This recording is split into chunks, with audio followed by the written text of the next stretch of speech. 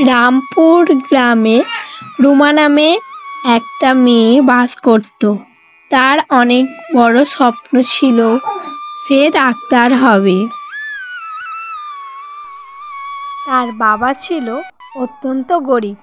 তার বাবা লোকের জমিতে চাষ করত আর তাদের সংসার চলত।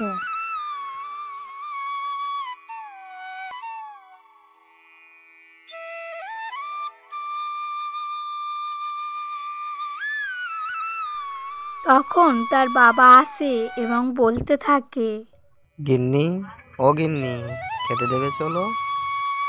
হ্যাঁ গো, হ্যাঁ দিচ্ছি, চলো, অনেক বেলা হয়ে গেল। রুমা প্রত্যেক দিন কলেজে যেত, মেডিকেল কলেজে। সে খুব ভালো পড়াশোনা করত, সরকারি হসপিটালে চাকরি পেয়ে যায় আর রুগীর দেখাশোনা করতে লাগে। সে একদিন তার নিজের জন্য একটা গাড়ি কেনে আর সে গাড়ি চালাতে খুবই ভালোবাসতো। যে হসপিটালে সে কাজ পেয়েছিল যার প্রিন্সিপাল ছিল খুবই ভয়ঙ্কর, আর সে দেখে নেয় একদিন সেই প্রিন্সিপালকে ঘুষ নিতে। আর সে বলতে যায় প্রিন্সিপালকে,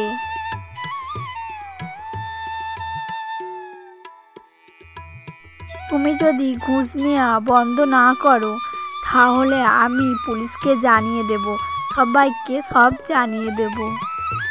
তুমি ঘুষ নাও আর সাধারণ মানুষকে ঠকাও।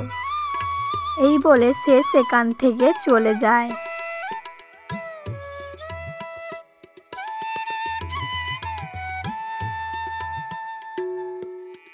সবাই মিলে তাকে হুমকি দেওয়ার জন্য আসে আর বলে যে, যদি তুমি কাউকে বলো তাহলে আমি তোমাকে মেরে ফেলব। সে রাতের ডিউটি শেষ করে তার রুমে ঘুমাতে যায়। সে খুবই চিন্তার মধ্যে ছিল যে পরে সে কি করবে। সেই চিন্তা করে এক সময় তার বিছানায় ঘুমিয়ে পড়ে। মাঝরাতে সেই প্রিন্সিপাল আরও কয়েকজন মিলে তাকে নৃশংসভাবে হত্যা করে।